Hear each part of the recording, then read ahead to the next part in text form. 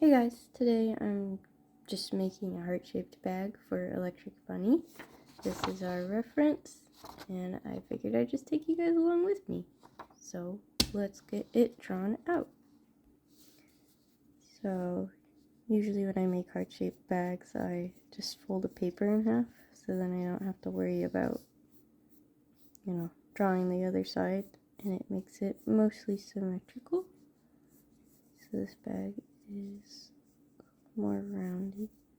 It's a small shape too, so you don't want to go too big, but the smaller it gets, the harder, to kind of make a bag. Hold it up to my reference.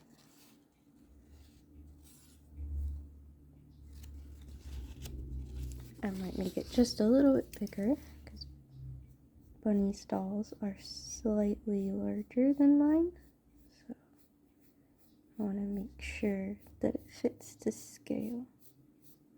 So I'll just make the hump of it larger. Okay, go with that and we'll cut it out.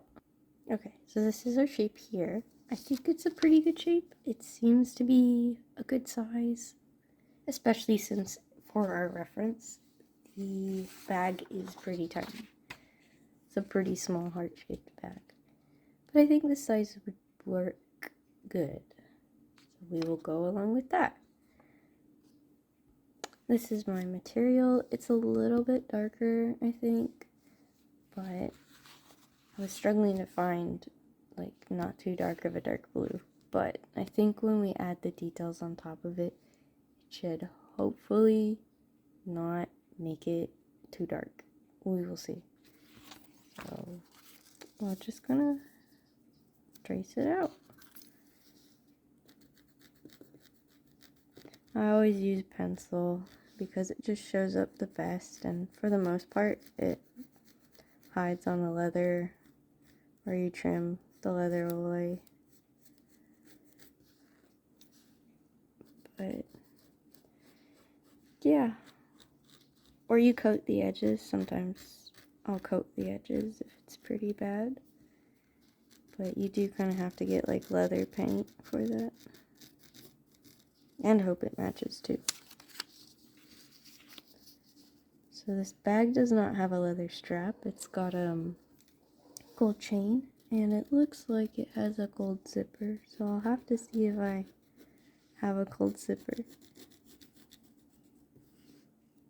I might have to go get one.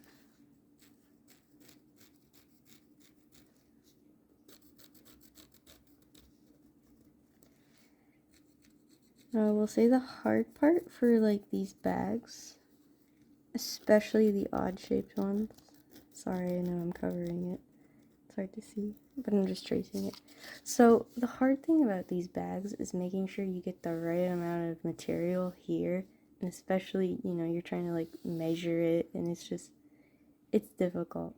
So I usually cut a little bit extra material just to make sure if my measurement was off.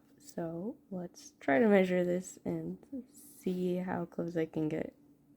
Okay, so I managed to measure one side, and it came out to about 9 centimeters.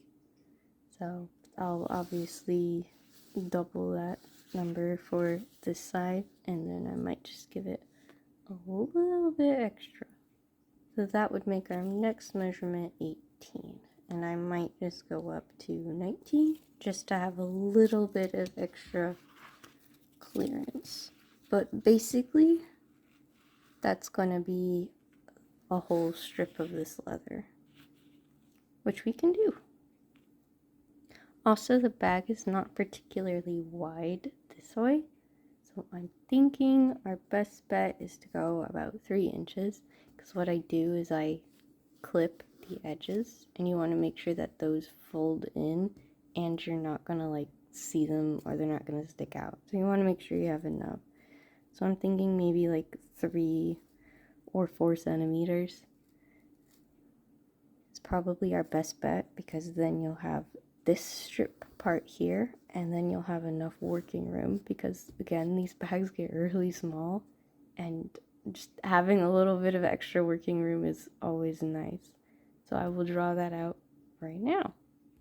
Okay, so I went ahead and I just marked it out off camera. But this is probably all you will need.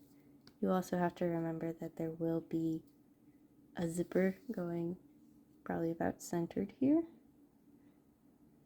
So now we will cut them out. I also, my edge was a little uneven here, so I made sure that it was even.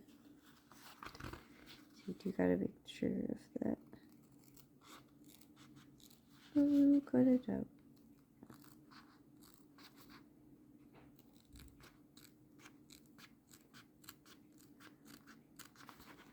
So the best way that I sew these bags together is that this line is the line that you will stitch to like this part of the bag, and then what you'll do is you'll snip the edges of this so that it curves nicely.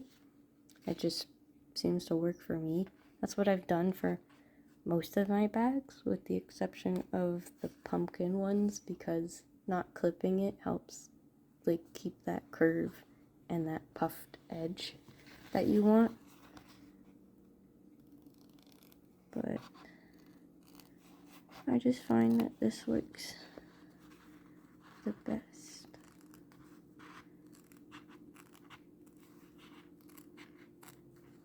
For me, I keep trying new ways just to see, because you know, sometimes trying it a way you do on a funky shaped bag doesn't always work, so sometimes you have to come out with some more interesting ways of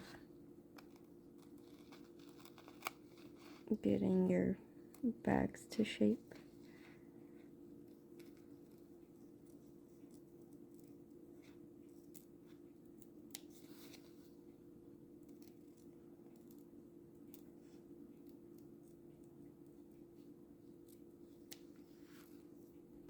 Okay, now we have our pieces.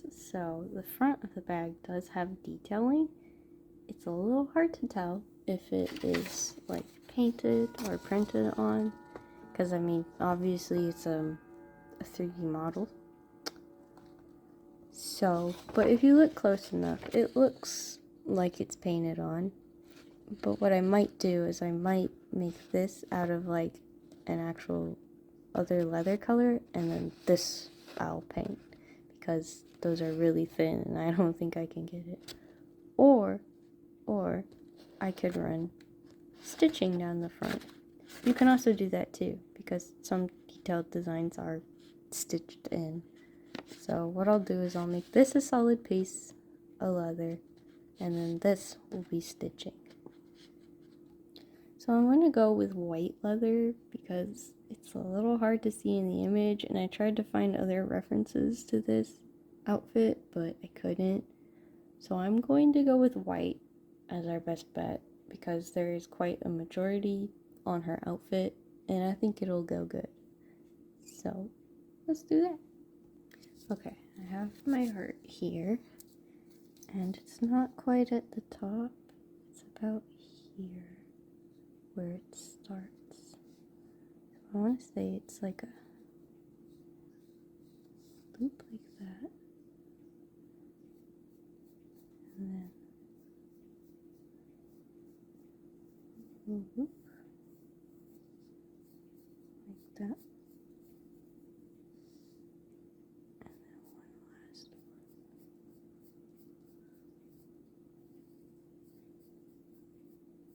one, kind of like that, and then it's thicker, so I'll make it come up.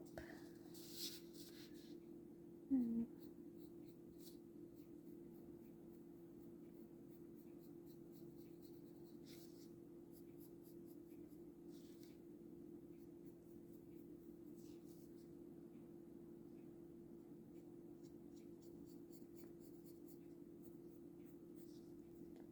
okay, so that's kind of our design. Not 100% perfect, but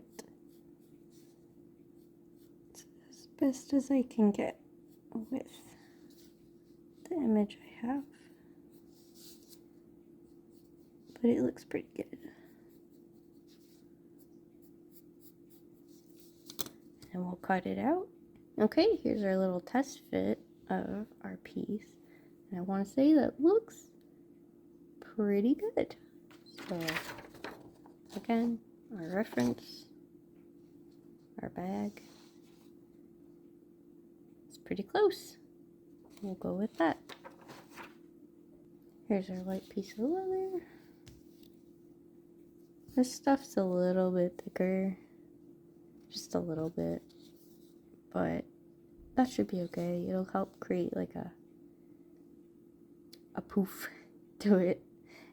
Plus, I'll show you kind of how to trim it down just a little bit if you don't want it so puffy.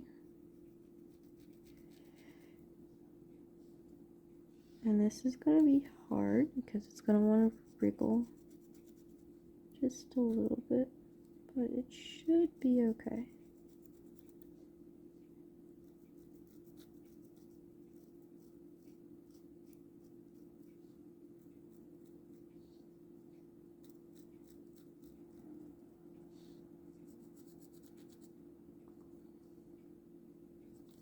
And I'm sorry, it's hard to see because I'm pinning this thing down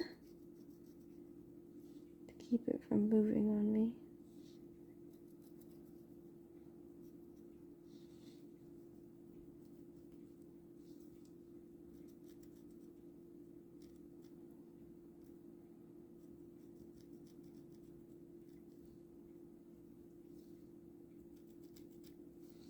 There, so that's kind of what we got right here. So the thing to remember is that since you are going around the paper, you're adding a little bit extra, so you want to make sure that you cut very close or even cut off that pencil line like that.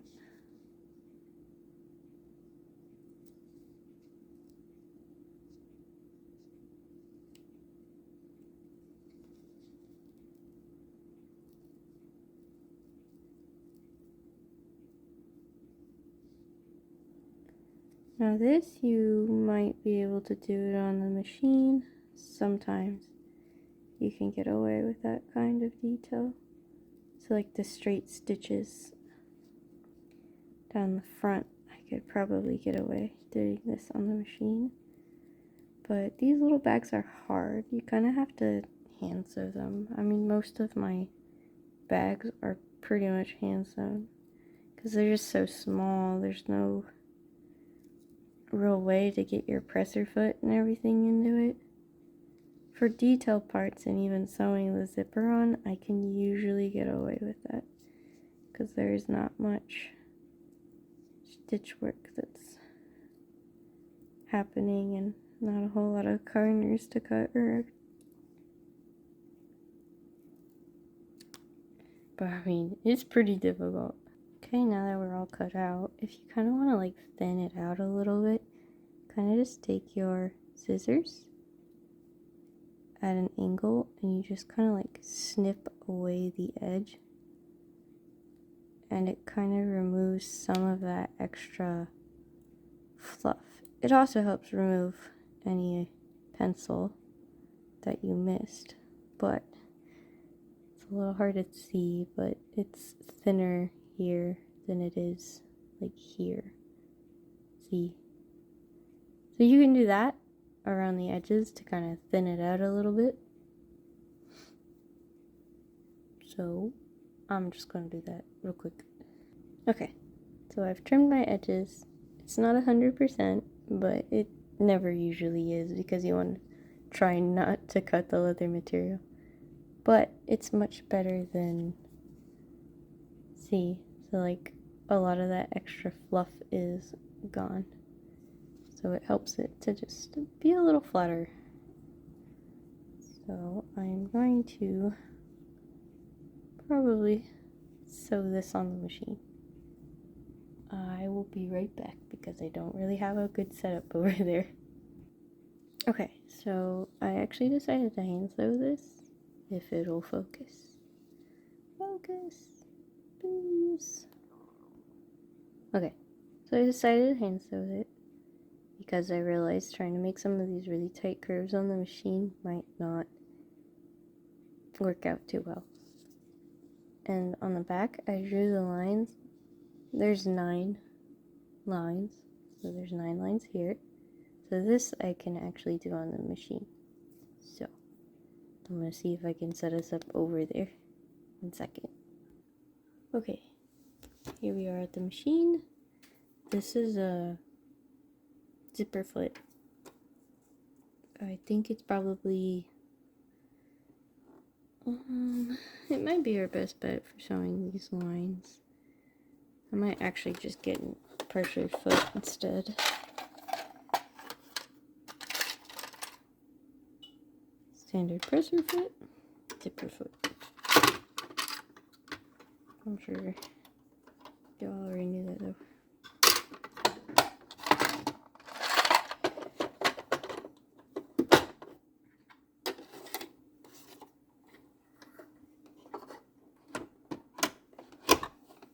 There. Because it's got the lines here, so it's easier to see. Maybe I can move the machine closer. So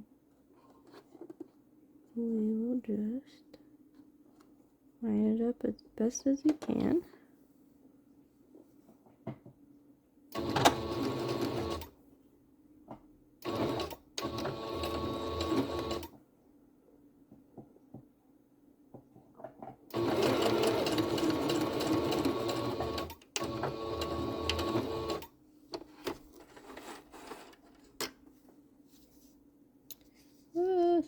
That turned out ugly.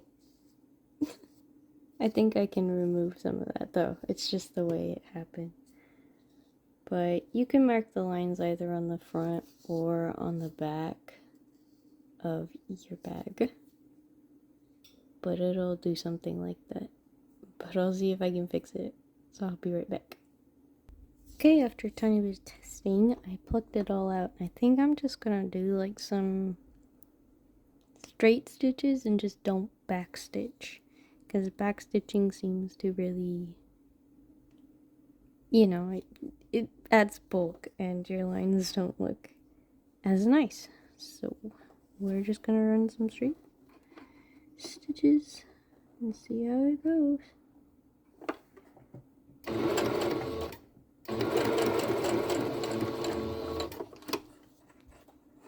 You can always just, you know, burn them or tie them off in a way to where they don't fade out. Okay, so I'll clean it up, but see, it's pretty messy back here.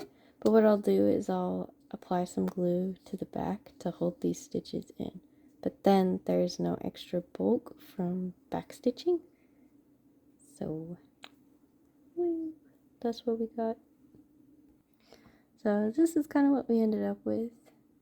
I had another thought. You could also run ribbon as well. Really thin ribbon, if the bag is much larger. But since this is kind of more of a 1/4 style bag, the thinnest ribbon I have is something like this, which you wouldn't necessarily be able to get exactly 9 on here. You could, but it might be a bit of a squeeze. Sorry, it's a little hard to see since the ribbon is basically the same color. But I mean, that's just multiple different ways you can do it. So yeah, I'll glue the back, and we might have to wait for it to dry, which is fine because I have to get a zipper anyways.